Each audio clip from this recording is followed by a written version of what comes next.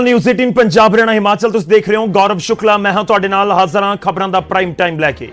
Prime time दे विच अज गल उस विधायक दी, उस खिडारी दी, उस सियासी आगू दी जो इस समय खूब चर्चा दे विच भी है ते अपनी सरकार नूं घेर भी रही है।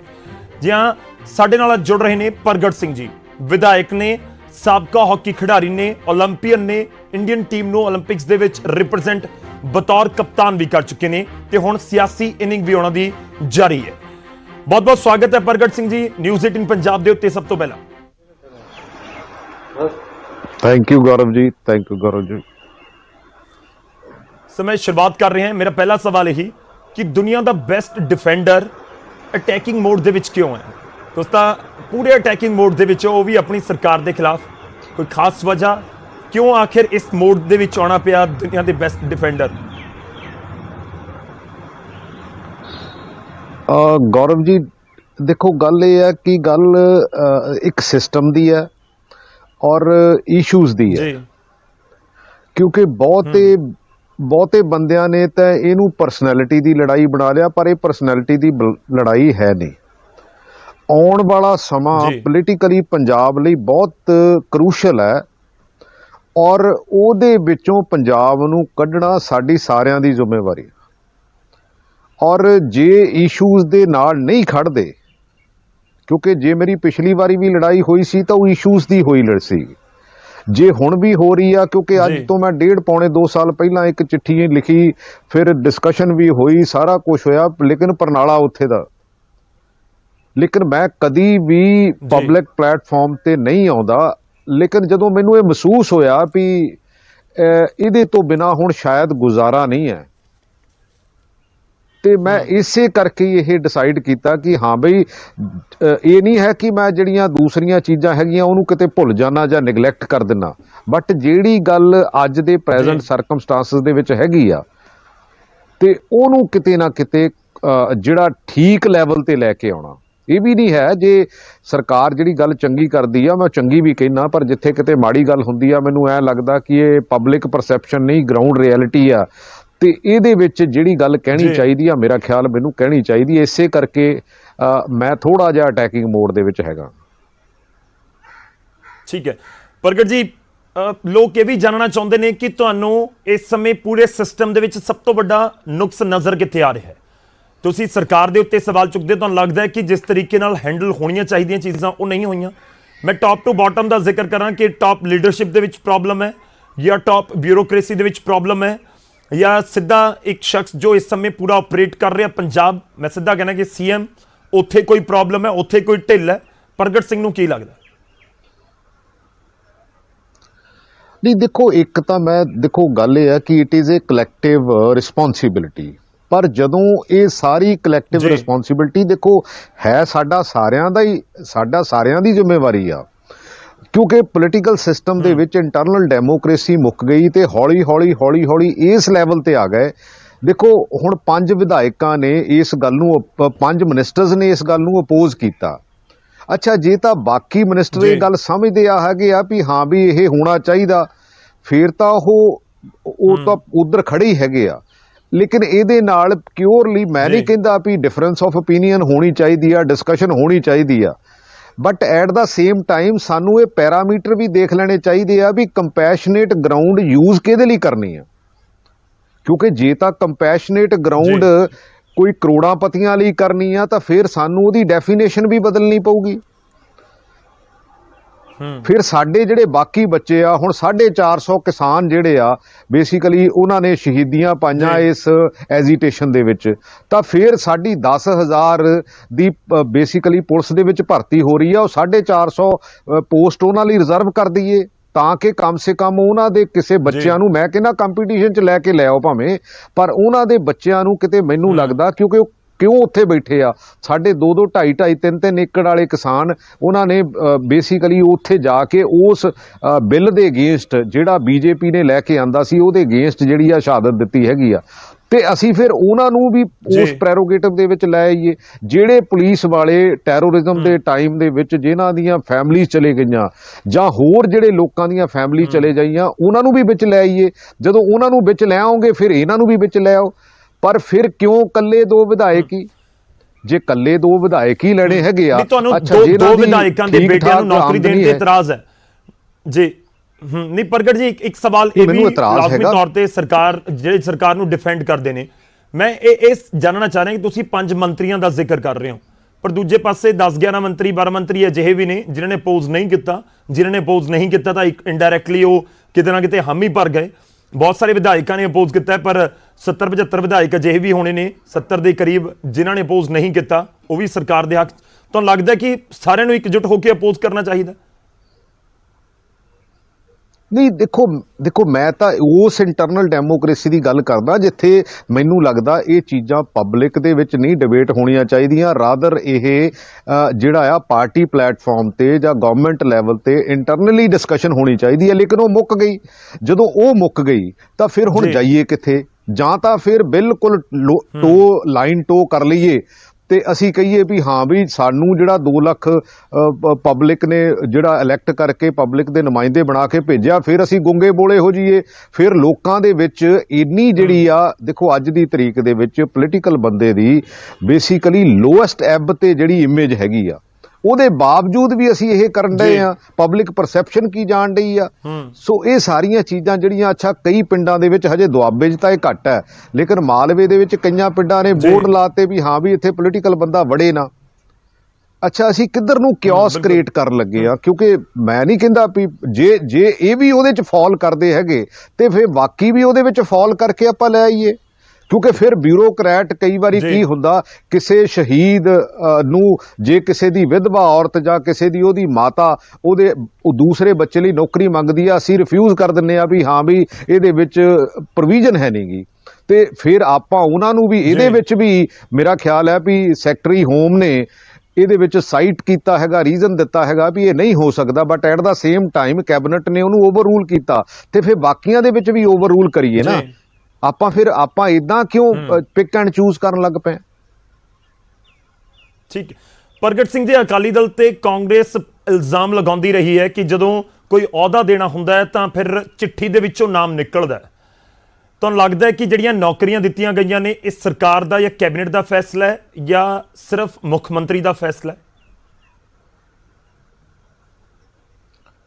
ਨਹੀਂ ਤਾਂ ਦੇਖੋ ਸਾਡੀ ਕੈਬਨਿਟ ਨੂੰ ਦੇਖਣਾ ਚਾਹੀਦਾ ਹੈਗਾ। ਦੇਖੋ ਅਲਟੀਮੇਟਲੀ ਤਾਂ ਸਾਡੇ ਵਿੱਚੋਂ ਜਿਹੜੇ MLAs ਹੈਗੇ ਉਹ ਮਿਨਿਸਟਰਸ ਬਣ ਗਏ। ਜਦੋਂ ਮਿਨਿਸਟਰਸ ਬਣ ਗਏ ਤਾਂ ਮੈਨੂੰ ਲੱਗਦਾ ਜਦੋਂ ਕੈਬਨਿਟ ਦੇ ਡਿਸੀਜਨਸ ਹੁੰਦੇ ਆ ਉਹਦੇ ਤੇ ਡਿਬੇਟ ਹੋਣੀ ਚਾਹੀਦੀ ਆ, ਉਹਦੇ ਰਿਪਰਕਸ਼ਨਸ ਵੀ ਦੇਖਣੇ ਚਾਹੀਦੇ ਹੈਗੇ ਆ। ਕਿਉਂਕਿ ਅਲਟੀਮੇਟਲੀ ਦੇਖੋ ਹੋਇਆ ਕੀ ਆ, ਜਿਹੜਾ ਪੋਲੀਟੀਕਲ ਸਿਸਟਮ ਹੈ ਤੇ ਬਿਊਰੋਕਰੈਟਸ ਆ ਉਹਨਾਂ ਨੂੰ ਐ ਲੱਗਣ ਲੱਗ ਪਿਆ ਵੀ we are the owner, otherwise we are the custodian of the system. ਕਿਉਂਕਿ ਜਦੋਂ ਕਸਟੋਡੀਅਨ ਦੀ ਗੱਲ ਹੁੰਦੀ ਆ ਉਦੋਂ ਗੱਲ ਹੋਰ ਤਰ੍ਹਾਂ ਹੁੰਦੀ ਆ, ਜਦੋਂ ਓਨਰਸ਼ਿਪ ਦੀ ਗੱਲ ਆ ਜਾਂਦੀ ਆ we are not the owners. ਸਾਨੂੰ ਪਬਲਿਕ ਨੇ ਚੁਣ ਕੇ ਭੇਜਿਆ ਹੈਗਾ ਨੁਮਾਇੰਦੇ ਵੀ ਤਾਂ ਕਿ ਤੁਸੀਂ ਇਹਦੀ ਕਸਟੋਡੀਅਨ ਹੋ, ਨਾ ਕਿ ਤੁਸੀਂ ਓਨਰ ਹੋ। ਸਾਡੇ ਕਈ ਵਾਰੀ ਇਦਾਂ ਦੀ ਸਿਸਟਮ ਦੇ ਵਿੱਚ ਫੀਲਿੰਗ ਆ ਜਾਂਦੀ ਆ ਵੀ ਸ਼ਾਇਦ ਅਸੀਂ ਇਹਦੇ ਮਾਲਕ ਆ। ਮਾਲਕ ਨਹੀਂ ਹੈ, ਅਸੀਂ ਤਾਂ ਕਸਟੋਡੀਅਨ ਹੈ। ਦੇਖੋ ਅਸੀਂ ਰੂਲਸ ਬਣਾਉਨੇ ਆ, ਉਹਦੀ ਇੰਪਲੀਮੈਂਟੇਸ਼ਨ ਬਿਊਰੋਕ੍ਰੇਸੀ ਨੇ ਕਰਨੀ ਹੁੰਦੀ ਆ। ਔਰ ਉਹ ਫਿਰ ਰੂਲ ਦਾ ਮਤਲਬ ਕੀ ਰਹਿ ਗਿਆ? ਉਹ ਕਿਉਂਕਿ ਅਲਟੀਮੇਟਲੀ ਇਹ ਕਹਿ ਦੇਣਾ ਕਿ ਇਹ ਵਨ ਟਾਈਮ ਜਿਹੜੀ ਐਗਜ਼ੰਪਸ਼ਨ ਹੈ it should not be treated as a president. ਤੇ ਫਿਰ ਸਰਕਾਰਾਂ ਜਦੋਂ ਵੀ ਆਉਣਗੀਆਂ ਉਹ ਫਿਰ ਇਦਾਂ ਯੂਜ਼ ਕਰਕੇ ਤੋਂ ਕਹਿ ਦੇਣਗੀਆਂ ਵੀ ਵਨ ਟਾਈਮ ਪ੍ਰੈਸੀਡੈਂਟ ਹੈਗਾ। ਨਹੀਂ, ਮੈਂ ਪ੍ਰਗਟ ਸਿੰਘ ਜੀ ਤਾਂ ਹੀ ਸਿੱਧੇ ਸ਼ਬਦਾਂ ਦੇ ਵਿੱਚ ਪੁੱਛਿਆ ਸੀ। ਤੁਸੀਂ ਕਹਿ ਰਹੇ ਹੋ ਕਿ ਡਿਬੇਟ ਹੋਣੀ ਚਾਹੀਦੀ ਹੈ, ਪਰ ਡਿਬੇਟ ਸ਼ੁਰੂ ਤਾਂ ਹੋਵੇ ਤਾਂ ਕੋਈ ਮੰਤਰੀ ਬੋਲੇਗਾ। 5 ਨੇ ਤਾਂ ਬੋਲ ਦਿੱਤਾ ਹੈ, ਤੁਸੀਂ ਕਹਿ ਰਹੇ ਹੋ। ਮੈਂ ਤਾਂ ਹੀ ਸਵਾਲ ਪੁੱਛ ਰਿਹਾ ਕਿ ਅਕਾਲੀ ਦਲ ਤੇ ਇਲਜ਼ਾਮ ਲੱਗਦੇ ਸੀ ਕਿ ਚਿੱਠੀ 'ਚੋਂ ਨਾਮ ਨਿਕਲਦਾ ਹੈ, ਤੁਸੀਂ ਹੋ ਜਾਂ ਕਾਂਗਰਸ ਹੀ ਲਗਾਉਂਦੇ ਸੀ। ਤੁਹਾਨੂੰ ਲੱਗਦਾ ਕਿ ਹੁਣ ਉਹੀ ਕੰਮ ਕਾਂਗਰਸ 'ਚ ਹੋ ਰਿਹਾ ਹੈ ਕਿ ਸਿਰਫ CM ਦੀ ਇੱਕ ਸ਼ਖਸ ਦੀ ਚੱਲ ਰਹੀ ਹੈ ਕਿ ਉਹਨਾਂ ਨੇ ਚਿੱਠੀ ਦੇ ਵਿੱਚੋਂ ਨਾਮ ਕੱਢ ਕੇ ਦੱਸਤਾ ਕਿ ਮੈਂ 2 ਨੌਕਰੀਆਂ ਦੇ ਰਿਹਾ, ਇੱਕ ਫਲਾਣੇ ਵਿਧਾਇਕ ਦੇ ਬੇਟੇ ਨੂੰ, ਇੱਕ ਫਲਾਣੇ ਵਿਧਾਇਕ ਦੇ ਬੇਟੇ ਨੂੰ, ਤੇ ਕੈਬਨਿਟ ਕੋਈ ਉਹਦੇ ਉੱਪਰ ਕਿੰਤੂ ਪਰੰਤੂ ਕਰ ਹੀ ਨਹੀਂ ਸਕੀ। ਬੇਸਿਕਲੀ ਦੇਖੋ ਵਰਕਿੰਗ ਤਾਂ ਆਲਮੋਸਟ ਸਿਮਿਲਰ ਹੀ ਹੈਗੀ ਆ। ਵਰਕਿੰਗ ਦੇ ਵਿੱਚ ਕੋਈ ਬਹੁਤ ਲੰਮਾ ਚੌੜਾ ਫਰਕ ਨਹੀਂ ਹੈ। ਸਿਰਫ ਇਹ ਆ ਵੀ ਉੱਥੇ ਇੱਕ ਪਰਿਵਾਰ ਦਾ ਕਬਜ਼ਾ ਹੈਗਾ, ਇੱਥੇ ਤੁਸੀਂ ਗੱਲ ਕਹਿ ਸਕਦੇ ਆ। ਮੇਰੇ ਵਰਗਾ ਬੰਦਾ ਵੀ ਗੱਲ ਚਲੋ ਕਹਿ ਸਕਦਾ ਹੈਗਾ ਵੀ ਹਾਂ ਵੀ ਆਹ ਗੱਲ ਠੀਕ ਹੈਗੀ ਆ ਤੇ ਆਹ ਗੱਲ ਗਲਤ ਹੈਗੀ ਆ। ਕੋਈ ਬਹੁਤਾ ਲੰਮਾ ਚੌੜਾ ਫਰਕ ਨਹੀਂ ਹੈ। ਮਤਲਬ ਤੁਸੀਂ ਕਹਿ ਰਹੇ ਹੋ ਕਿ ਉਹੀ ਪੈਟਰਨ ਹੈ ਜਿਵੇਂ ਅਕਾਲੀ ਦਲ 'ਚ ਸੀਗਾ, ਉਸ ਤਰੀਕੇ ਨਾਲ ਹੀ ਇੱਥੇ ਵੀ ਚੱਲ ਤਾਂ ਇੱਕ ਸ਼ਖਸ ਦੀ ਰਹੀ ਹੈ, ਤੁਸੀਂ ਇਹ ਕਹਿਣਾ ਚਾਹ ਰਹੇ ਹੋ? ਗੌਰਵ ਜੀ ਬੇਸਿਕਲੀ ਹੋਇਆ ਪਤਾ ਕੀ ਪਿਛਲੇ ਸਮੇਂ 'ਚ ਚਿਹਰਿਆਂ ਦੀ ਰਾਜਨੀਤੀ ਹੋਣ ਲੱਗ ਪਈ। ਦੇਖੋ ਤੁਸੀਂ ਵੀ ਗੌਰਵ ਜੀ ਗੁੱਸਾ ਨਾ ਕਰਿਓ, ਮੀਡੀਆ ਨੇ ਕੀ ਕਰ ਦਿੱਤਾ, ਇਹ ਬਣਾਤਾ ਵੀ ਹਾਂ ਵੀ ਇੱਕ ਪਾਸੇ ਸਿੱਧੂ ਧੜਾਇਆ ਤੇ ਇੱਕ ਪਾਸੇ ਕੈਪਟਨ ਅਮਰਿੰਦਰ ਸਿੰਘ ਦਾ ਧੜਾਇਆ। ਤੇ ਮੇਰਾ ਖਿਆਲ ਹੈ ਵੀ ਕਾਂਗਰਸ ਦੇ ਵਿੱਚ ਕੋਈ ਧੜਾ ਹੀ ਹੈ ਨਹੀਂਗਾ, ਲੇਕਿਨ ਕਾਂਗਰਸ ਦੇ ਵਿੱਚ ਬੋਲਣ ਵਾਲੇ ਬੰਦੇ ਤਾਂ ਹੋਰ ਚਾਹੀਦੇ ਹੈਗੇ ਆ। ਮੈਂ ਨਹੀਂ ਕਹਿੰਦਾ ਧੜਾ ਬਣਾਓ। ਕੈਪਟਨ ਅਮਰਿੰਦਰ ਸਿੰਘ ਨੂੰ 2017 ਦੇ ਵਿੱਚ ਵੋਟਾਂ ਪਈਆਂ ਸੀ, ਅਸੀਂ ਤਾਂ ਗੱਲ ਇਸ਼ੂਜ਼ ਦੀ ਕਰਦੇ ਆ। ਅੱਜ ਵੀ ਇਸ਼ੂਜ਼ ਤੇ ਕੰਮ ਕਰ ਲਈਏ। ਕੈਪਟਨ ਅਮਰਿੰਦਰ ਸਿੰਘ ਸਾਡਾ ਚੀਫ ਮਿਨਿਸਟਰ ਹੈ, ਅਸੀਂ ਕਦੋਂ ਡਿਨਾਈ ਕਰਦੇ ਆ। But at the same time ਜਦੋਂ ਚਿਹਰਿਆਂ ਦੇ ਆਲੇ ਦੁਆਲੇ ਰਾਜਨੀਤੀ ਘੁੰਮਣ ਲੱਗ ਪੈਂਦੀ ਹੈ ਨਾ, ਕਿਉਂਕਿ ਉੱਥੇ ਫਿਰ ਪਾਵਰ ਕੋਰੀਡੋਰ ਦੇ ਵਿੱਚ ਕੁਝ ਬੰਦਿਆਂ ਦਾ ਜਮਾਵੜਾ ਹੋ ਜਾਂਦਾ ਤੇ ਇੱਕ ਬੰਦਾ ਤਾਂ ਬੰਦਾ ਹੀ ਆ, ਫਿਰ ਉਹ ਕਈ ਵਾਰੀ ਆਪਣੇ ਆਪ ਨੂੰ ਸੁਪਰ ਹਿਊਮਨ ਬੀਇੰਗ ਸਮਝਣ ਲੱਗ ਪੈਂਦਾ ਜਾਂ ਕਿਤੇ ਡੈਮੀ ਗੋਡ ਸਮਝਣ ਲੱਗ ਪੈਂਦਾ, ਔਰ ਉਹਦੇ ਵਿੱਚ ਫਿਰ ਗਲਤੀਆਂ ਜਿਹੜੇ ਕਰਾਉਣ ਵਾਲੇ ਹੁੰਦੇ ਉਹ ਗਲਤੀਆਂ ਕਰਾ ਲੈਂਦੇ ਆ। ਤੁਹਾਨੂੰ ਲੱਗਦਾ ਕਿ ਕਾਂਗਰਸ 'ਚ ਇਸ ਸਮੇਂ ਸੁਪਰ ਪਾਵਰ ਸਮਝ ਰਿਹਾ ਇੱਕ ਸ਼ਖਸ ਖੁਦ ਨੂੰ, ਪੰਜਾਬ ਕਾਂਗਰਸ 'ਚ? ਨਹੀਂ, ਇਹ ਦੇਖੋ ਦਿੱਲੀ ਦੇ ਵਿੱਚ ਕੀ ਹੋਇਆ, ਬੀਜੇਪੀ ਦੇ ਵਿੱਚ ਅਸੀਂ ਮੋਦੀ ਨੂੰ ਪ੍ਰੋਜੈਕਟ ਕਰ ਦਿੱਤਾ ਕਿ ਮੋਦੀ ਦੇ ਬੀਜੇਪੀ ਦੀ ਗੱਲ ਨਹੀਂ ਹੋਈ, ਮੋਦੀ ਸਰਕਾਰ ਦੀ ਗੱਲ ਹੋਈ ਜੀ। ਅੱਛਾ, ਸਿਮਿਲਰਲੀ ਸਾਡੇ ਵੀ ਇੱਥੇ ਹੋਇਆ। ਸਾਡਾ ਸਾਰਿਆਂ ਦਾ ਕਸੂਰ ਆ, ਡੈਮੋਕ੍ਰੇਸੀ ਦੇ ਚੌਥੇ ਥੰਮ ਦਾ ਵੀ ਕਸੂਰ ਹੈ, ਸਾਡੇ ਲੋਕਾਂ ਦਾ ਵੀ ਕਸੂਰ ਹੈ। ਅਸੀਂ ਜਦੋਂ ਇੱਕ ਚਿਹਰੇ ਦੇ ਆਲੇ ਦੁਆਲੇ ਘੁੰਮਣ ਲੱਗ ਪੈਂਦੇ ਆ, ਅਸੀਂ ਇਸ਼ੂਜ਼ ਨੂੰ ਛੱਡ ਲੈਂਦੇ ਆ ਤੇ ਅਸੀਂ ਦੋ ਧੜੇ ਬਣਾ ਕੇ, ਕਿਉਂਕਿ ਦੋ ਧੜਿਆਂ ਦੇ ਉੱਤੇ ਬਹਿਸ ਕਰਨੀ ਬੜੀ ਸੌਖੀ ਹੁੰਦੀ ਆ, ਦੋ ਧੜਿਆਂ ਦੇ ਉੱਤੇ ਇਸ਼ੂਜ਼ ਤੇ ਬਹਿਸ ਕਰਨੀ ਬੜੀ ਔਖੀ ਆ, ਕਿਉਂਕਿ ਉਹਦਾ ਜਵਾਬ ਦੇਣਾ ਵੀ ਔਖਾ।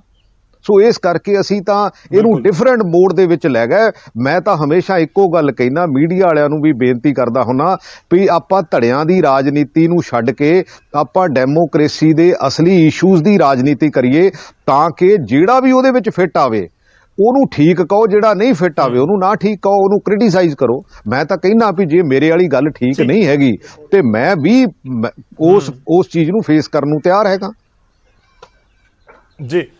ਅੱਛਾ, ਮੈਂ ਨਿਯੁਕਤੀਆਂ ਵਾਲੀ ਖਬਰ ਤੋਂ ਅੱਗੇ ਵਧਣਾ, ਇਸ ਪੂਰੇ ਮਾਮਲੇ ਤੋਂ ਅਗਲਾ ਸਵਾਲ ਕਰੂੰਗਾ, ਪਰ ਤੁਹਾਨੂੰ ਲੱਗਦਾ ਕਿ ਨਿਯੁਕਤੀਆਂ ਰੱਦ ਕਰਨੀਆਂ ਚਾਹੀਦੀਆਂ ਨੇ ਜੋ ਵਿਧਾਇਕਾਂ ਦੇ ਬੇਟਿਆਂ ਨੂੰ ਨੌਕਰੀ ਦੇਣ ਦਾ ਫੈਸਲਾ ਸਰਕਾਰ ਨੇ ਕੀਤਾ? ਮੈਨੂੰ ਲੱਗਦਾ ਕਿ ਦੇਖੋ ਪੈਰਾਮੀਟਰ ਸਾਰਿਆਂ ਲਈ ਫਿਰ ਲੈ ਕੇ ਆਉਣੇ ਚਾਹੀਦੇ ਆ, ਉਹਨਾਂ ਫੈਮਲੀਜ਼ ਲਈ ਵੀ ਪੈਰਾਮੀਟਰਸ ਇਹੀ ਹੋਣੇ ਚਾਹੀਦੇ ਆ। ਫਿਰ ਉਹਦੇ ਵਿੱਚੋਂ ਜਿੰਨੀਆਂ ਜੌਬਸ ਹੋਣ ਉਹਨੂੰ ਪ੍ਰਾਇੋਰਟਾਈਜ਼ ਕਰਕੇ ਤਾਂ ਫਿਰ ਜਿਹੜੇ ਉਹਦੇ ਵਿੱਚ, ਮੈਂ ਨਹੀਂ ਕਹਿੰਦਾ ਸਭ ਨੂੰ ਦਿੱਤੀਆਂ ਜਾ ਸਕਦੀਆਂ, ਬਟ ਅਲਟੀਮੇਟਲੀ ਜਿਹੜੀ ਸੁਪਰੀਮ ਸੈਕਰੀਫਾਈਸ ਆ ਉਹਦੇ ਵਿੱਚ ਵੀ ਇੱਕ ਪਰਿਵਾਰ ਜਿਹੜਾ ਆ ਉਹ ਅਫੋਰਡ ਹੀ ਨਹੀਂ ਕਰਦਾ, ਉਹਦਾ ਵਿਚਾਰੇ ਦਾ ਰੋਟੀ ਪਾਣੀ ਨਹੀਂ ਚੱਲਦਾ। ਆਪਾਂ ਨੂੰ ਬੇਸਿਕਲੀ ਦੇਖੋ ਸੁਪਰੀਮ ਸੈਕਰੀਫਾਈਸ ਕੀਤੀ ਆ ਕਿਸੇ ਪਰਿਵਾਰ ਨੇ, ਜੇ ਉਹਨਾਂ ਦਾ ਰੋਟੀ ਪਾਣੀ ਨਹੀਂ ਚੱਲਦਾ ਤਾਂ ਮੈਨੂੰ ਲੱਗਦਾ ਉਹਨੂੰ ਪਹਿਲਾਂ ਮਿਲਣੀ ਚਾਹੀਦੀ ਆ, ਬਜਾਏ ਕਿ ਇਹਨਾਂ ਲੋਕਾਂ ਦੇ। ਮੈਂ ਕਹਿੰਦਾ ਜੇ ਇਹ ਵੀ ਉਹਦੇ ਚ ਆਉਂਦੇ ਹੈਗੇ ਲਿਸਟ ਦੇ ਵਿੱਚ, ਜੇ ਇੰਨੀਆਂ ਨੌਕਰੀਆਂ ਦਿੱਤੀਆਂ ਜਾ ਸਕਦੀਆਂ ਇਹਨਾਂ ਨੂੰ ਵੀ ਦੇ ਦਿਓ ਜੀ। ਤਾਂ ਤੁਹਾਨੂੰ ਲੱਗਦਾ ਕਿ ਪਹਿਲਾਂ ਉਹਨਾਂ ਨੂੰ ਤਵੱਜੋ ਦੇਣੀ ਚਾਹੀਦੀ ਹੈ ਕਿ ਜਿਹਨਾਂ ਨੂੰ ਜ਼ਿਆਦਾ ਜ਼ਰੂਰਤ ਹੈ, ਜਿਹੜੇ ਰੋਟੀ ਤੋਂ ਔਖੇ ਨੇ, ਨਹੀਂ ਤਾਂ ਨਿਯੁਕਤੀਆਂ ਰੱਦ ਕਰ ਦਿਓ? ਨਹੀਂ ਡੈਫੀਨੇਟਲੀ, ਕਿਉਂ ਨਹੀਂ। ਦੇਖੋ ਜਿਹੜਾ ਗਰੀਬ ਬੰਦਾ ਹੈਗਾ, ਫਿਰ ਸਾਨੂੰ ਇਹਦਾ ਮਤਲਬ ਜਿਹੜਾ ਕੰਪੈਸ਼ਨੇਟ ਗਰਾਊਂਡ ਦੇ ਪੈਰਾਮੀਟਰਸ ਆ, ਮੈਂ ਕਹਿੰਦਾ ਸੈਕਰੀਫਾਈਸ ਕਰ ਦਿੱਤਾ। But at the same time ਮੰਨ ਲਓ ਜਿਹੜਾ ਵੀ ਬੰਦਾ ਜੇ ਅਫੋਰਡ ਕਰਦਾ ਹੈਗਾ, ਉਹਦੇ ਨਾਲੋਂ ਜਿਹੜਾ ਬੰਦਾ ਰੋਟੀ ਤੋਂ ਵੀ ਆਵਾਜ਼ਾਰ ਹੈਗਾ, ਤੇ ਜੇ ਉਹਨੂੰ ਦਿੱਤਾ ਜਾਵੇ ਉਹ ਜ਼ਿਆਦਾ ਬੈਟਰ ਆ, ਜ਼ਿਆਦਾ ਬਿਹਤਰ ਆ, ਜਾਂ ਉਹਨੂੰ ਦਿੱਤਾ ਜਾਵੇ ਵੀ ਜਿਹੜਾ ਆਲਰੇਡੀ ਕੋਈ 2-4-5 ਕਰੋੜ ਦੀ ਗੱਡੀ 'ਚ ਘੁੰਮਦਾ ਜਾਂ ਇਦਾਂ ਦੇ ਉਹ ਪੈਰਾਮੀਟਰਸ ਦੇ ਵਿੱਚ ਫਾਲ ਕਰਦਾ ਹੈਗਾ। ਬਿਲਕੁਲ ਠੀਕ ਹੈ। ਤਾਂ ਤੁਸੀਂ ਮਤਲਬ ਇਹ ਕਹਿ ਰਹੇ ਹੋ ਕਿ ਨੌਕਰੀਆਂ ਦੇ ਵਿੱਚ ਵਿਧਾਇਕਾਂ ਤੋਂ ਜ਼ਿਆਦਾ ਤਵੱਜੋ ਉਹਨਾਂ ਨੂੰ ਦਿਓ ਜਿਹੜੇ ਲੋਕਾਂ ਨੂੰ ਇਸ ਦੀ ਜ਼ਰੂਰਤ ਹੈ। ਮੈਂ ਅਗਲੇ ਪੁਆਇੰਟ ਦੇ ਵੱਲ ਵਧਾਂ ਕਿ ਕਾਂਗਰਸ ਦੇ ਅੰਦਰ ਵਿਧਾਇਕਾਂ ਦੀ ਸੁਣਵਾਈ ਨਹੀਂ ਹੁੰਦੀ। ਪ੍ਰਗਟ ਸਿੰਘ ਜੀ, ਤੁਸੀਂ ਤਾਂ ਇੱਥੋਂ ਤੱਕ ਜ਼ਿਕਰ ਕਰ ਦਿੱਤਾ ਕਿ ਅਸੀਂ ਲੈਟਰ ਲਿਖੀ ਸੋਨੀਆ ਗਾਂਧੀ, ਰਾਹੁਲ ਗਾਂਧੀ ਨੂੰ, ਇੱਕ ਤਰੀਕੇ ਨਾਲ ਤੁਸੀਂ ਹਾਈ ਕਮਾਨ ਤੇ ਵੀ ਸਵਾਲ ਚੁੱਕ ਦਿੱਤੇ, ਨਹੀਂ ਹੁੰਦੀ। ਵਰਕਰ ਦੀ ਸੁਣਵਾਈ ਨਹੀਂ ਮੈਂ ਪੁੱਛ ਰਿਹਾ, ਮੈਂ ਕਹਿ ਰਿਹਾ ਕਿ ਵਿਧਾਇਕ ਦੀ ਤਾਂ ਸੁਣਵਾਈ ਘੱਟੋ ਘੱਟ ਹੋਣੀ ਚਾਹੀਦੀ ਹੈ, ਗਿਣੇ ਚੁਣੇ ਹੁੰਦੇ ਨੇ ਵਿਧਾਇਕ। ਦੇਖੋ, ਮੈਂ ਜਿੱਥੋਂ ਤੱਕ ਮੇਰੀ ਕੌਂਸਟੀਚੁਐਂਸੀ ਦਾ ਸਵਾਲ ਹੈ ਜਾਂ ਅਦਰਵਾਈਜ਼ ਅਦਰ ਪੈਰਾਮੀਟਰਸ ਹੈ, ਮੈਨੂੰ ਕੋਈ ਪ੍ਰੋਬਲਮ ਨਹੀਂ ਹੈ, ਅਦਰਵਾਈਜ਼ ਵੀ ਕੋਈ ਪ੍ਰੋਬਲਮ ਨਹੀਂ ਹੈ। ਬਟ ਦਾ ਪ੍ਰੋਬਲਮ ਇਜ਼ ਕਿ ਜਿਹੜੇ ਮੇਨ ਇਸ਼ੂਜ਼ ਹੈ ਜਿਹਦੇ ਉੱਤੇ ਬੇਸਿਕਲੀ ਦੇਖੋ, ਬਾਕੀ ਤਾਂ ਇੱਕ ਮੇਰਾ ਖਿਆਲ ਹੈ ਵੀ ਇੱਕ ਮੇਅਰਲੀ ਇੱਕ ਕੈਲਕੂਲੇਟ ਕਰਨ ਵਾਲਾ ਬੰਦਾ ਵੀ ਬਿਠਾਲ ਦਈਏ, ਉਹ ਵੀ ਚਲਾ ਲੂਗਾ। ਲੇਕਿਨ ਜਿਹੜੇ ਸਾਡੇ ਮੇਨ ਇਸ਼ੂਜ਼ ਹੈ, ਚਾਹੇ ਉਹ ਡਰੱਗ ਦਾ ਇਸ਼ੂ ਸੀ, ਚਾਹੇ ਉਹ 31,000 ਕਰੋੜ ਦਾ ਇਸ਼ੂ ਸੀ, ਚਾਹੇ ਉਹ ਪਾਵਰ ਪਰਚੇਜ਼ ਐਗਰੀਮੈਂਟ ਸੀਗੇ, ਅੱਛਾ ਚਾਹੇ ਮਾਈਨਿੰਗ ਵਾਲਾ ਸੀ, ਚਾਹੇ ਲਿਕਰ ਵਾਲਾ ਸੀਗਾ, ਇਹ ਜਿਹੜੇ 5-7 ਇਸ਼ੂ ਜੇ ਨੇ, ਦੇਖੋ ਸਾਡੀ ਸਟੇਟ ਦੀ ਤਰਾਸਦੀ ਕੀ ਆ ਕਿ ਅਸੀਂ ਹੌਲੀ ਹੌਲੀ ਡੈਟ ਵਧਾ ਕੇ ਤੇ ਹੌਲੀ ਹੌਲੀ ਜਿਹੜੀਆਂ ਸਾਡੀਆਂ ਬਾਕੀ ਮੁਸ਼ਕਲਾਂ ਉਹਦੇ ਵਿੱਚ ਵਾਧਾ ਕਰ ਰਹੇ ਆ। ਕਿਉਂਕਿ ਜਦੋਂ ਅਸੀਂ ਟੇਕ ਓਵਰ ਕੀਤਾ ਸੀ ਉਦੋਂ 2 ਲੱਖ ਤੇ 8,000 ਕਰੋੜ ਦਾ ਲਗਭਗ ਡੈਟ ਸੀਗਾ, ਤੇ ਹੁਣ ਜਦੋਂ ਇਸ ਸਰਕਾਰ ਨੇ ਆਪਣੇ 5 ਸਾਲ ਪੂਰੇ ਕਰਨੇ ਆ ਤੇ 3 ਲੱਖ ਕਰੋੜ ਤੇ ਪਹੁੰਚ ਜਾਣਾ। ਐਂਡ ਆਫ ਦਾ ਡੇ ਇਹ ਸਾਰੇ, ਜੇ ਤਾਂ ਅਸੀਂ ਇਹ ਡੈਟ ਨੂੰ ਕਿਤੇ ਪੋਜ਼ਿਟਿਵਲੀ ਜਾਂ ਇਹਨੂੰ ਅਸੀਂ ਉਸ ਪੈਰਾਮੀਟਰਸ ਲਈ ਯੂਜ਼ ਕੀਤਾ ਹੁੰਦਾ ਜਿਹਦੇ ਵਿੱਚ ਇੰਡਸਟਰੀ ਆਈ ਹੁੰਦੀ ਜਾਂ ਜਿਹਦੇ ਵਿੱਚ ਅਸੀਂ ਜੌਬਸ ਕ੍ਰੀਏਟ ਕਰ ਸਕਦੇ ਹੁੰਦੇ, ਉਹਦੇ ਨਾਲ ਰੈਵਨਿਊ ਜਨਰੇਸ਼ਨ ਹੋ ਜਾਂਦੀ, ਫਿਰ ਤਾਂ ਗੱਲ ਸੀਗੀ। ਪਰ ਜੇ ਅਸੀਂ ਡੈਟ ਸਰਵਿਸ ਲਈ ਇੰਨੇ ਪੈਸੇ ਯੂਜ਼ ਕਰਨੇ ਆ ਤਾਂ ਫਿਰ ਐਂਡ ਆਫ ਦਾ ਡੇ ਆਉਣ ਵਾਲਾ ਸਮਾਂ ਜਿਹੜਾ ਹੈ ਸਾਡੇ ਪੰਜਾਬ ਲਈ ਬਹੁਤ ਔਖਾ ਹੋਊਗਾ। ਆਉਣ ਵਾਲੇ ਸਮੇਂ ਦੇ ਵਿੱਚ ਅਸੀਂ ਬਹੁਤ ਚੀਜ਼ਾਂ ਇਦਾਂ ਦੀਆਂ ਨਹੀਂ ਕਰ ਪਾਵਾਂਗੇ, ਕਿਉਂਕਿ ਜਿਹੜੇ ਡਿਪਾਰਟਮੈਂਟ ਦੇ ਸਵਾਏ ਐਲੋਕੇਸ਼ਨ ਆ ਉਹਨਾਂ ਦੀ, ਜਿਹੜੇ ਜੌਬ ਕਰਦੇ ਹੈਗੇ ਆ ਉਹਨਾਂ ਦੀ ਤਨਖਾਹ ਦੇਣ ਦੀ ਜਾਂ ਪੈਨਸ਼ਨਰਸ ਦੀ, ਉਹਦੇ ਤੋਂ ਇਲਾਵਾ ਆਪਾਂ ਕੁਝ ਨਹੀਂ ਕਰ ਪਾਵਾਂਗੇ। ਨਾ ਕੋਈ ਸਾਡੀ ਫਰਦਰ ਕੋਈ ਰਿਸਰਚ ਹੋਊਗੀ, ਨਾ ਸਾਡੀ ਕੋਈ ਡਿਵੈਲਪਮੈਂਟ ਹੋਊਗੀ, ਨਾ ਕੋਈ ਕ੍ਰੀਏਸ਼ਨ ਹੋਊਗੀ। ਅੱਛਾ, ਦੁਨੀਆ ਬੇਸਿਕਲੀ ਕਿਸੇ ਹੋਰ ਲੈਵਲ ਪਾਸੇ ਨੂੰ ਵੱਧ ਰਹੀ ਆ ਤੇ ਅਸੀਂ ਕਿਸੇ ਹੋਰ ਲੈਵਲ ਪਾਸੇ ਨੂੰ ਵੱਧ ਰਹੇ ਆ, ਤੇ ਆਉਣ ਵਾਲੇ ਸਮੇਂ 'ਚ ਇਹ ਬਹੁਤ ਵੱਡੀ, ਕਿਉਂਕਿ ਸਾਡਾ ਯੂਥ ਦੇਖੋ ਅੱਜ ਦੀ ਤਰੀਕ 'ਚ 1.25 ਲੱਖ ਯੂਥ ਜਿਹੜਾ ਉਹ ਬਾਹਰ ਜਾ ਰਿਹਾ। ਸਾਡਾ ਇੱਕ, ਮੈਂ ਪਿੱਛੇ ਜਿਹਾ ਕੋਈ ਸਰਵੇ ਪੜ੍ਹਿਆ ਸੀਗਾ, ਉਹਦੇ ਵਿੱਚ ਮੈਂ ਐਗਜ਼ੈਕਟਲੀ ਤਾਂ ਨਹੀਂ ਕਹਿ ਸਕਦਾ ਬਟ 40,000 ਕਰੋੜ ਰੁਪਈਆ ਲਗਭਗ ਪੰਜਾਬ ਦਾ ਬਾਹਰ ਜਾ ਰਿਹਾ। ਸਾਡਾ ਯੂਥ ਵੀ ਬਾਹਰ ਜਾ ਰਿਹਾ, ਸਾਡਾ 40,000 ਕਰੋੜ ਰੁਪਈਆ ਵੀ ਬਾਹਰ ਚਲੇ ਗਿਆ। ਐਂਡ ਆਫ ਦਾ ਡੇ ਆਪਣੇ ਇੱਥੇ ਰਹਿ ਕੌਣ ਜਾਊਗਾ? ਇੱਥੇ ਮੈਂ ਨਹੀਂ ਕਹਿੰਦਾ ਕਿ 1-2 ਲੱਖ ਦਾ ਫਰਕ ਨਹੀਂ ਪੈਂਦਾ 10 ਸਾਲਾਂ 'ਚ, ਹੋ ਸਕਦਾ ਸਾਡਾ 20 ਲੱਖ ਯੂਥ, ਪਰ ਬਾਕੀ ਪੰਜਾਬ ਨੇ ਤਾਂ ਇੱਥੇ ਰਹਿਣਾ, ਉਹ ਕੋਈ ਅਫੋਰਡ ਨਹੀਂ ਕਰ ਸਕਦਾ।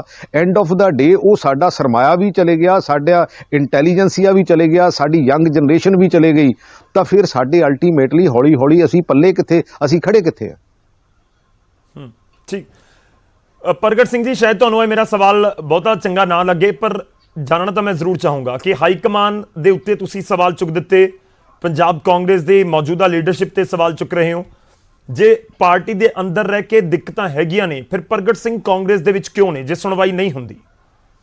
ਕਿ ਤੁਸੀਂ ਨਵਜੋਤ ਸਿੰਘ ਸਿੱਧੂ ਕਰਕੇ ਕਾਂਗਰਸ ਦੇ ਨਾਲ? ਮੈਂ ਤਾਂ ਦੇਖੋ ਨਹੀਂ, ਦੇਖੋ ਪਾਰਟੀਆਂ ਦਾ ਸਾਰੀਆਂ ਦਾ ਇੱਕੋ ਹੀ ਪੈਰਾਮੀਟਰਸ ਆ। ਅੱਜ ਪੰਜਾਬ ਉੱਥੇ ਖੜਾ ਜਿੱਥੇ 2 ਪਾਰਟੀਆਂ ਤਾਂ ਰਾਜ ਕਰਕੇ ਕਿਤੇ ਨਾ ਕਿਤੇ ਉਹ ਕ੍ਰਿਟਿਸਿਜ਼ਮ ਦਾ ਸਾਹਮਣਾ ਕਰ ਰਹੀਆਂ, ਤੇ ਤੀਜੀ ਜਿਹੜੀ ਆ ਉਹ ਬਿਨਾਂ ਰਾਜ ਕੀਤਿਆਂ ਹੀ ਕਰ ਰਹੀ ਹੈਗੀ ਆ, ਕਿਉਂਕਿ ਉਹਨਾਂ ਦੇ ਵੀ ਜਿਹੜੇ, ਦੇਖੋ ਐਂਡ ਆਫ ਦਾ ਡੇ, ਕਿਉਂਕਿ ਜਿਹੜਾ ਪੋਲੀਟੀਕਲ ਸਿਸਟਮ ਨੇ ਕੈਰੀ ਔਨ ਹੋਣਾ ਹੁੰਦਾ। ਮੈਂ ਜ਼ਰੂਰੀ ਨਹੀਂ ਕਹਿੰਦਾ ਕਿ ਮੇਰੇ ਵਰਗਾ ਬੰਦਾ, ਜ਼ਰੂਰੀ ਥੋੜ੍ਹੀ ਆ ਕਿ ਮੈਂ MLA ਹੋਣਾ ਚਾਹੀਦਾ, ਮੈਨੂੰ ਕੋਈ ਇਹਨਾਂ ਚੀਜ਼ਾਂ ਦੀ ਕੋਈ ਬਹੁਤੀ ਮੇਰਾ ਖਿਆਲ ਹੈ ਰਿਕੁਆਇਰਮੈਂਟ ਨਹੀਂ ਹੈ। ਪਰ ਮੈਂ ਜੇ ਪੰਜਾਬ ਲਈ ਕੁਝ ਵੀ ਕੰਟਰੀਬਿਊਟ ਕਰ ਸਕੂੰਗਾ ਤੇ ਮੈਂ ਕਰੂੰਗਾ, ਨਹੀਂ ਤਾਂ ਯਾਰ ਪੰਜਾਬ ਪੰਜਾਬੀਆਂ ਦਾ ਹੈਗਾ, ਹੋਰ ਯੰਗਸਟਰਸ ਬਹੁਤ ਹੈਗੇ ਆ, ਉਹ ਆਣ ਕੇ ਮਿਹਨਤ ਕਰਨ, ਆਣ ਕੇ ਫਾਈਟ ਕਰਨ ਆਪਣੇ ਪੰਜਾਬ ਲਈ ਤੇ ਪੰਜਾਬ ਨੂੰ ਅੱਗੇ ਲੈ ਕੇ ਜਾਣ। ਪ੍ਰਗਟ ਸਿੰਘ 2022 ਦੀ ਚੋਣ ਕਾਂਗਰਸ ਤੋਂ ਹੀ ਲੜਨਗੇ? ਨਹੀਂ ਦੇਖੋ ਗੌਰਵ ਜੀ, ਮੈਨੂੰ ਲੱਗਦਾ ਵੀ ਤੁਸੀਂ ਮੈਨੂੰ ਕਾਂਗਰਸ ਚੋਂ ਕਢਾ ਕੇ ਰਾਜੀ ਲੱਗਦੇ ਆ ਸਾਰੇ, ਜਿੰਨੇ ਵੀ ਪੱਤਰਕਾਰ ਮੈਨੂੰ ਪੁੱਛਦੇ ਆ ਵੀ ਹੁਣ ਤੁਹਾਡਾ ਕੀ ਆ, ਹੁਣ ਤੁਹਾਡਾ ਕੀ ਆ, ਮੈਂ ਤਾਂ ਕਾਂਗਰਸ ਦੀ ਲੜਾਈ ਲੜਦਾ, ਕਾਂਗਰਸ ਦੀ ਟੀਮ ਦੇ ਵਿੱਚ ਹੈਗਾ। ਮੈਨੂੰ ਇਹ ਲੱਗਦਾ ਕਿ ਹਾਂ ਵੀ ਚੰਗੀਆਂ ਚੀਜ਼ਾਂ ਜੇ ਇੱਥੇ ਹੀ ਹੋ ਸਕਦੀਆਂ ਤਾਂ ਇੱਥੇ ਹੀ ਕਰਨਾ ਚਾਹੀਦਾ, ਕਿਉਂਕਿ ਸਾਰੀਆਂ ਪਾਰਟੀਆਂ, ਪੋਲੀਟੀਕਲ ਪਾਰਟੀਆਂ ਇੱਕੋ ਜਿਹੀਆਂ ਹੈਗੀਆਂ। ਕਿਉਂਕਿ ਜੇ ਮੈਂ ਅੱਗੇ ਅਕਾਲੀ ਦਲ 'ਚ ਲੜਦਾ ਸੀ ਤੇ ਉੱਥੇ ਵੀ ਇਹ ਗੱਲਾਂ ਹੁੰਦੀਆਂ ਸੀ ਵੀ ਹੁਣ ਤੇਰਾ ਕੀ ਆ। ਪੋਲੀਟੀਕਲ ਪਾਰਟੀਆਂ ਨੂੰ ਤਿੱਖੇ ਬੋਲਣ ਵਾਲੇ ਰਾਸ ਨਹੀਂ ਆਉਂਦੇ, ਸੂਟ ਨਹੀਂ ਕਰਦੇ ਪਾਰਟੀਆਂ ਨੂੰ, ਨਾ ਹਾਈ ਕਮਾਨਾਂ ਨੂੰ ਇਹ ਸੂਟ ਨਹੀਂ ਕਰਦੇ ਜਿਵੇਂ ਤੁਸੀਂ ਸਿੱਧੇ ਤਲਖ ਟਿੱਪਣੀਆਂ ਕਰਦੇ ਹੋ। ਮੈਂ ਇਸ ਕਰਕੇ ਪੁੱਛ ਰਿਹਾ ਕਿ ਆਮ ਤੌਰ ਤੇ ਤਲਖ ਟਿੱਪਣੀਆਂ ਜਦੋਂ ਸ਼ੁਰੂ ਹੁੰਦੀਆਂ ਨੇ ਤਾਂ ਉਹਦਾ ਅੰਜਾਮ ਇਹੀ ਹੁੰਦਾ ਹੈ ਕਿ ਨਵੀਂ ਪਾਰਟੀ। ਕੋਈ ਇਹੋ ਜਿਹੀ ਗੱਲ ਨਹੀਂ ਹੈ ਗੌਰਵ ਜੀ। ਮੈਂ ਤਾਂ ਪਿਓਰਲੀ, ਦੇਖੋ ਮੈਂ ਇਹ ਸਮਝਦਾ ਹੈਗਾ ਕਿ ਜਿੱਥੇ ਵੀ ਸ਼ੁਰੂ ਕਰ ਲਈਏ, ਜਿੱਦਾਂ ਕਹਿੰਦੇ ਹੁੰਦੇ ਨਾ, ਜਦੋਂ ਜਾਗੋ ਉਦੋਂ ਹੀ ਸਵੇਰਾ, ਅੱਜ ਸ਼ੁਰੂ ਕਰ ਲਓ ਤੇ ਅੱਜ ਵੀ ਠੀਕ ਹੈ। ਕਿਉਂਕਿ ਮੈਂ ਤਾਂ ਇੱਕ ਹਾਂ ਪੱਖੀ ਇਨਸਾਨ ਆ, ਪੋਜ਼ਿਟਿਵ ਸੋਚ ਰੱਖਦਾ। Let us start from today itself. ਇਹਦੇ 'ਚ ਕੀ ਪ੍ਰੋਬਲਮ ਆ? ਕਿਉਂਕਿ ਨਾ ਮੇਰੀ ਇਹ ਕੋਈ ਇਸ਼ੂ ਆ ਕਿ ਹਾਂ ਵੀ ਮੈਂ ਫਲਾਣੇ ਬੰਦੇ ਨੂੰ ਨਹੀਂ ਚੰਗਾ ਸਮਝਦਾ, ਫਲਾਣੇ ਬੰਦੇ ਨੂੰ ਨਹੀਂ ਚੰਗਾ ਸਮਝਦਾ। ਐਕਚੁਅਲੀ ਅਸਲੀਅਤ ਇਹ ਆ ਵੀ ਜਦੋਂ ਕਿਸੇ ਤੋਂ ਆਸ ਵੱਧ ਹੋਵੇ ਤਾਂ ਉਹਦੇ ਤੇ ਨਿਰਾਸ਼ਾ ਵੀ ਉਹਦੇ ਤੇ ਹੀ ਹੁੰਦੀ ਹੈਗੀ ਆ। ਕੈਪਟਨ ਅਮਰਿੰਦਰ ਸਿੰਘ ਤੋਂ ਮੈਨੂੰ ਆਸ ਬੜੀ ਸੀ ਕਿ ਇੱਕ ਬ੍ਰਿਲੀਅੰਟ ਬ੍ਰੇਨ ਹੈ। ਦੇਖੋ ਨਾ ਹੁਣ ਆਹ ਡਿਸੀਜਨ ਲਿਆ ਤੇ 5 ਮਿਨਿਸਟਰਸ ਦੀ ਈਵਨ ਕਿ ਉਹਦੀ ਸਹਿਮਤੀ ਤੋਂ ਬਿਨਾਂ ਹੀ ਲੈ ਲਿਆ। ਇਹਦਾ ਮਤਲਬ ਵਿਲ ਤਾਂ ਹੈਗੀ ਆ, ਤੇ ਫਿਰ ਬਾਕੀ ਇਸ਼ੂਜ਼ ਤੇ ਵਿਲ ਕਾਹਤੋਂ ਨਹੀਂ ਹੈ? ਇਹਦਾ ਮਤਲਬ ਜਾਂ ਤਾਂ ਅਸੀਂ ਕਿਤੇ ਨਾ ਕਿਤੇ ਸਾਡੀ ਕੋਈ ਕਮਜ਼ੋਰੀ ਹੈਗੀ ਆ, ਅਸੀਂ ਉੱਥੇ ਨਹੀਂ ਲੈ ਰਹੇ, ਤੇ ਜਿੱਥੇ ਮਤਲਬ ਜਿੱਥੇ ਨਹੀਂ ਲੈਣਾ ਚਾਹੀਦਾ ਉੱਥੇ ਲੈ ਲਿਆ ਅਸੀਂ। ਮੈਂ ਇੱਕ ਆਖਰੀ ਸਵਾਲ ਤੁਹਾਨੂੰ ਪੁੱਛੂੰਗਾ। ਤੁਸੀਂ ਕਹਿ ਰਹੇ ਹੋ ਕਿ 2022 ਨੂੰ ਲੈ ਕੇ ਜਾਂ ਫਿਰ ਕਾਂਗਰਸ ਨੂੰ ਲੈ ਕੇ ਸਵਾਲ ਤਾਂ ਦੇਖੋ ਇਹਨਾਂ ਚੀਜ਼ਾਂ ਨੂੰ ਲੈ ਕੇ ਹੁੰਦੇ ਨੇ। ਮੈਂ ਦੋ ਚੀਜ਼ਾਂ ਜਾਣਨੀਆਂ ਚਾਹੁੰਦਾ। ਇਨਫੈਕਟ ਪਹਿਲੀ ਕਿ 2022 ਦੇ ਵਿੱਚ ਜੇ ਕਾਂਗਰਸ ਦਾ ਚਿਹਰਾ ਕੈਪਟਨ ਹੁੰਦੇ ਨੇ ਤਾਂ ਕੀ ਪ੍ਰਗਟ ਨਾਲ ਰਹਿਣਗੇ, ਪ੍ਰਗਟ ਚੋਣ ਲੜਨਗੇ ਜਾਂ ਨਹੀਂ? ਦੂਜਾ ਪੁਆਇੰਟ ਕਿ 2022 ਦੇ ਇਲੈਕਸ਼ਨ ਤੋਂ ਪਹਿਲਾਂ ਜੇ ਤੁਹਾਡੇ ਮੁੱਦਿਆਂ ਨੂੰ ਸੌਟ ਆਊਟ ਨਹੀਂ ਕੀਤਾ ਜਾਂਦਾ, ਉਸ ਦੇ ਉੱਤੇ ਗੌਰ ਨਹੀਂ ਕੀਤਾ ਜਾਂਦਾ, ਤਾਂ ਫਿਰ ਤੁਹਾਡਾ ਫਰਦਰ ਸਟੈਪ ਕੀ ਹੈ? ਦੇਖੋ ਉਹ ਤਾਂ ਸਮਾਂ ਦੱਸੂਗਾ। ਜੇ ਅੱਜ ਵਾਲੀ ਸਥਿਤੀ ਹੈਗੀ ਆ, ਫਿਰ ਮੈਨੂੰ ਲੱਗਦਾ ਕਿ ਸਾਡੇ ਬਹੁਤੇ ਜ਼ਿਆਦਾ ਬਿਹਤਰ ਚਾਂਸ ਕਾਂਗਰਸ ਦੇ ਨਹੀਂ ਹੈਗੇ। ਬਟ ਯੈਸ, ਅਜੇ 8 ਮਹੀਨੇ ਪਏ ਆ, 8 ਮਹੀਨਿਆਂ 'ਚ ਬਹੁਤ ਕੁਝ ਕੀਤਾ ਜਾ ਸਕਦਾ। ਔਰ ਜੇ ਅਸੀਂ ਕਰਦੇ ਆ, ਕੈਪਟਨ ਅਮਰਿੰਦਰ ਸਿੰਘ ਹੋਣੀ ਕਰਦੇ ਆ, ਤਾਂ ਫਿਰ ਸਾਨੂੰ ਕੋਈ ਪ੍ਰੋਬਲਮ ਨਹੀਂ ਹੈ। ਮੈਂ ਤਾਂ ਬੇਸਿਕਲੀ ਇੱਕ ਲੌਜੀਕਲ ਰਾਜਨੀਤੀ, ਇੱਕ ਇਸ਼ੂਜ਼ ਦੀ ਰਾਜਨੀਤੀ ਕਰਦਾ ਹੈਗਾ। ਤੇ ਬਾਕੀ ਤਾਂ ਦੇਖੋ ਐਂਡ ਆਫ ਦਾ ਡੇ ਤਾਂ ਇਹ ਤਾਂ ਪਾਰਟੀ ਨੇ ਦੇਖਣਾ ਹੈਗਾ ਕਿ ਹਾਂ ਵੀ ਮੇਰੇ ਵਰਗੇ ਬੰਦੇ ਨੂੰ ਲੜਾਉਣਾ ਕਿ ਨਹੀਂ ਲੜਾਉਣਾ। ਜੇ ਲੜਾ ਲੈਣਗੇ ਤਾਂ ਵੀ ਠੀਕ ਆ, ਜੇ ਨਹੀਂ ਲੜਾਉਣਗੇ ਤਾਂ ਮੈਨੂੰ ਕੋਈ ਇਦਾਂ ਦਾ ਇਸ਼ੂ ਥੋੜੀ ਆ। ਪ੍ਰਗਟ ਸਿੰਘ ਇੱਕ ਕੈਂਟ ਦੇ ਐਮਐਲਏ ਦਾ ਮੁਹਤਾਜ ਨਹੀਂ ਹੈਗਾ, ਕਿਉਂਕਿ ਮੈਨੂੰ ਇਸ ਗੱਲ ਦੀ ਕਿਉਂਕਿ ਉਹ ਸਾਰੀ ਰਿਕੋਗਨਾਈਜੇਸ਼ਨ ਪ੍ਰਗਟ ਸਿੰਘ ਕੋ ਆਲਰੇਡੀ ਹੈਗੀ ਆ। ਇਹਨੂੰ ਕੋਈ ਇਦਾਂ ਦੀ ਇਹ ਜ਼ਰੂਰਤ ਨਹੀਂ ਹੈ ਵੀ ਸ਼ਾਇਦ ਮੈਂ ਇੱਥੇ ਦਾ ਐਮਐਲਏ ਬਣਦਾ ਤੇ ਤਾਂ ਹੀ ਮੈਨੂੰ ਕੋਈ ਰਿਕੋਗਨਾਈਜ਼ ਕਰਦਾ। ਇਹ ਪ੍ਰਮਾਤਮਾ ਨੇ ਸਾਰਾ ਕੁਝ ਪਹਿਲਾਂ ਦਿੱਤਾ ਆ, ਔਰ ਇਹ ਪ੍ਰਮਾਤਮਾ ਦੀ ਦਿੱਤੀ ਹੁੰਦੀ ਡੈਸਟੀਨੀ ਹੈਗੀ ਆ ਜਿਹੜੀ, ਕਿਉਂਕਿ ਬੰਦਾ ਕੁਝ ਨਹੀਂ ਕਰ ਸਕਦਾ। ਔਰ ਮੈਂ ਇਹ ਹਮੇਸ਼ਾ ਇੱਕ ਮਹਿਸੂਸ ਕਰਦਾ ਹੈਗਾ ਕਿ ਡੈਸਟਨੀ ਦੇ ਮੁਤਾਬਕ ਹੀ ਸਾਰਾ ਕੁਝ ਹੁੰਦਾ ਹੈਗਾ। ਐਵੇਂ ਬੰਦਾ ਆਪਣੇ ਕਈ ਵਾਰੀ ਡੀਂਗਾ ਮਾਰੀ ਜਾਂਦਾ ਵੀ ਮੈਂ ਇਹ ਕਰਤਾ, ਮੈਂ ਉਹ ਕਰਤਾ। ਇਹ ਇੱਕ ਥਾਟ ਪ੍ਰੋਸੈਸ ਉਦਾਂ ਹੀ ਜੁੜਦਾ ਹੈਗਾ, ਔਰ ਉਹਦੇ ਵਿੱਚੋਂ ਜੋ ਨਿਕਲਦਾ ਹੈਗਾ, ਕਿਉਂਕਿ ਇਨਸਾਨ ਦਾ ਕੰਮ ਤਾਂ ਕਰਮ ਕਰਨਾ, ਤੇ ਬਾਕੀ ਤਾਂ ਉਹਦੇ ਤੇ ਛੱਡ ਦੇਣਾ ਚਾਹੀਦਾ ਵੀ ਹਾਂ ਬਈ ਉਹਨੇ ਜੋ ਕਰਨਾ, ਉਹ ਜਿੱਧਰ ਨੂੰ ਲਿਜਾਣਾ ਫਿਰ ਠੀਕ ਹੈ। ਪ੍ਰਗਟ ਸਿੰਘ ਜੀ, ਆਮ ਆਦਮੀ ਪਾਰਟੀ ਤੁਹਾਡੀ ਆਪਸ਼ਨ ਹੋ ਸਕਦੀ ਹੈ ਕਦੇ? ਕੱਲ ਨੂੰ ਕੇਜਰੀਵਾਲ ਆ ਰਹੇ ਨੇ ਪੰਜਾਬ, ਕਿ ਕੋਈ ਤਾਰ ਜੁੜਦੇ ਨੇ ਤੁਹਾਡੀਆਂ ਤਲਖ ਟਿੱਪਣੀਆਂ ਤੇ ਕੇਜਰੀਵਾਲ ਦੀ ਪੰਜਾਬ ਫੇਰੀ ਦੇ ਨਾਲ, ਅੰਮ੍ਰਿਤਸਰ ਦੇ ਨਾਲ? ਇਦਾਂ ਦੀ ਕੋਈ ਗੱਲ ਨਹੀਂ, ਇਦਾਂ ਦੀ ਕੋਈ ਗੱਲ ਨਹੀਂ ਹੈ, ਇਦਾਂ ਦੀ ਕੋਈ ਗੱਲ ਨਹੀਂ। ਦੇਖੋ ਕਿਤੇ ਸਰਪ੍ਰਾਈਜ਼ ਦੇ ਦਿਓ ਤੁਸੀਂ ਸੋਮਵਾਰ ਨੂੰ ਪੰਜਾਬ ਨੂੰ। ਨੋ ਕੋਈ ਇਹੋ ਉਹ ਨਹੀਂ, ਕੋਈ ਇਹੋ ਜੀ ਗੱਲ ਨਹੀਂ ਹੈ, ਕੋਈ ਇਹੋ ਜੀ ਗੱਲ ਨਹੀਂ ਹੈ। ਇਨ ਫਿਊਚਰ ਹੋ ਸਕਦੀ ਗੌਰਵ ਜੀ, ਤੁਸੀਂ ਵੀ ਚਟਕੋਰੇ ਲੈਂਡ ਹੈਗੇ ਆ, ਇਦਾਂ ਦੀ ਕੋਈ ਗੱਲ ਨਹੀਂ ਹੈ। ਨਹੀਂ ਪ੍ਰਗਟ ਜੀ, ਮੈਂ ਤਾਂ ਜਾਣਨਾ ਚਾਹ ਰਿਹਾ ਕਿਉਂਕਿ ਪੰਜਾਬ ਦੇ ਲੋਕ ਜਾਣਨਾ ਚਾਹੁੰਦੇ ਹੋਣਗੇ, ਤੁਹਾਨੂੰ ਬਹੁਤ ਸਾਰੇ ਲੋਕ ਫੋਲੋ ਕਰਦੇ ਨੇ, ਉਹ ਜਾਣਨਾ ਚਾਹੁੰਦੇ ਹੋਣਗੇ। ਆਮ ਆਦਮੀ ਪਾਰਟੀ ਤੁਹਾਨੂੰ ਲੈ ਕੇ ਸੌਫਟ ਰਹਿੰਦੀ ਹੈ ਹਮੇਸ਼ਾ। ਪ੍ਰਗਟ ਸਿੰਘ ਨੇ ਕਹਿਤਾ, ਮਾਫੀ ਚਾਹੂੰਗਾ, ਭਗਵੰਤ ਮਾਨ ਨੇ ਕਹਿਤਾ ਕਿ ਪ੍ਰਗਟ ਸਿੰਘ ਵਰਗਾ ਸ਼ਖਸ ਹੈ ਪਰ ਖੇਡ ਮੰਤਰੀ ਨਹੀਂ ਹੈ, ਉਹਨਾਂ ਨੂੰ ਹੋਣਾ ਚਾਹੀਦਾ ਸੀ ਖੇਡ ਮੰਤਰੀ। ਇਹ ਵੈਲਕਮ ਹੈ ਇੱਕ ਤਰੀਕੇ ਨਾਲ ਪਾਰਟੀ। ਚਲੋ ਉਹਦੀ ਨਹੀਂ, ਉਹਦਾ ਧੰਨਵਾਦ ਹੈ। ਭਗਵੰਤ ਮਾਨ ਇੱਕ ਵਧੀਆ ਕਮੇਡੀਅਨ ਹੈ, ਇੱਕ ਵਧੀਆ ਇਨਸਾਨ ਹੈ, ਮੇਰੇ ਨਾਲ ਚੰਗੀ ਉਹ ਦੋਸਤੀ ਹੈਗੀ ਆ।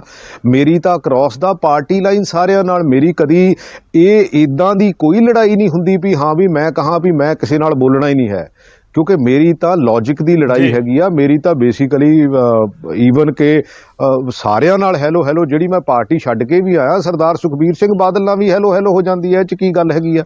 ਪਰ ਜਿਹੜੀ ਗੱਲ ਇਸ਼ੂਜ਼ ਦੀ ਆ, ਉਹ ਇਸ਼ੂਜ਼ ਦੀ ਭਗਵੰਤ ਮਾਨ ਤੁਸੀਂ ਕਹਿ ਰਹੇ ਹੋ ਕਿ ਵਧੀਆ ਕਮੇਡੀਅਨ ਨੇ, ਵਧੀਆ ਇਨਸਾਨ ਨੇ, ਵਧੀਆ ਸਿਆਸਤਦਾਨ ਹੈਗੇ ਕਿ ਨਹੀਂ? ਨਹੀਂ, ਬੇਸਿਕਲੀ ਦੇਖੋ ਉਹ ਤਾਂ ਉਹਨਾਂ ਦੀ ਪਾਰਟੀ ਨੇ ਦੇਖਣਾ, ਲੋਕਾਂ ਨੇ ਦੇਖਣਾ। ਇਹਦੇ 'ਚ ਦੇਖੋ ਮੇਰਾ ਕੋਈ ਕਹਿ ਲਓ ਕਿ ਉਹਨਾਂ ਨੂੰ ਉਹ ਦਿੱਤਾ ਹੋਇਆ ਜਿਹੜਾ ਟੈਗ ਆ, ਉਹਦਾ ਕੋਈ ਮਹਿਨਾ ਨਹੀਂ। ਇਹ ਤਾਂ ਲੋਕਾਂ ਨੇ ਦੇਖਣਾ ਹੈਗਾ। ਲੋਕ ਦੇਖੋ, ਅਸੀਂ ਜਦੋਂ ਲੋਕ ਕਚਹਿਰੀ 'ਚ ਜਾਂਦੇ ਆ ਨਾ, ਪੋਲੀਟੀਕਲ ਬੰਦੇ, ਤੇ ਜੋ ਲੋਕ ਸੋਚਦੇ ਆ ਸਾਡੇ ਬਾਰੇ, ਉਹ ਰਿਜ਼ਲਟ ਦਿੰਦੇ ਹੈਗੇ। ਦੇਖੋ ਅੱਜ ਦਾ ਜਿਹੜਾ ਵੋਟਰ ਆ ਪੰਜਾਬੀ, ਜਿਹੜਾ ਆ ਅਵੇਅਰ ਬਹੁਤ ਹੈਗਾ। ਸੋ ਇਸ ਕਰਕੇ ਮੈਨੂੰ ਲੱਗਦਾ ਵੀ ਆਉਣ ਵਾਲੇ ਸਮੇਂ ਦੇ ਵਿੱਚ ਵੀ ਜਿਹੜਾ ਪੰਜਾਬੀ ਵੋਟਰ ਆ, ਉਸ ਅਵੇਅਰਨੈਸ ਨਾਲ ਹੀ ਵੋਟ ਪਾਊਗਾ, ਤਾਂ ਕਿ ਪੰਜਾਬ ਦੀ ਕਿਤੇ ਨਾ ਕਿਤੇ ਭਲਾ ਹੋ ਸਕੇ। ਕਿਉਂਕਿ ਅੱਜ ਦੇ ਜੋ ਹਾਲਾਤ ਹੈਗੇ ਆ, ਵੀ ਆਰ ਹੈਡਿੰਗ ਟੂਵਰਡ ਏ ਕਿਓਸ। ਔਰ ਉਹ ਪੋਲੀਟੀਕਲ ਕਿਓਸ ਹੋਣਾ ਨਹੀਂ ਚਾਹੀਦਾ। ਮੈਨੂੰ ਲੱਗਦਾ ਕਿ ਸੁਹਿਰਦਤਾ ਜਿਹੜੀ ਆ ਉਹ ਚੰਗੇ ਬੰਦੇ ਸਿਸਟਮ 'ਚ ਆਉਣੇ ਚਾਹੀਦੇ ਆ, ਪੜ੍ਹੇ ਲਿਖੇ ਬੰਦੇ ਵੀ ਆਉਣੇ ਚਾਹੀਦੇ ਆ, ਜਿਹੜੇ ਵੀ ਪੰਜਾਬ ਦੀ ਬਿਹਤਰੀ ਲਈ ਸੋਚਦੇ ਆ, ਜਿਹੜੇ ਸੋਚਦੇ ਆ ਵੀ ਹਾਂ ਵੀ ਅਸੀਂ ਆਹ ਕਰ ਸਕਦੇ ਆ।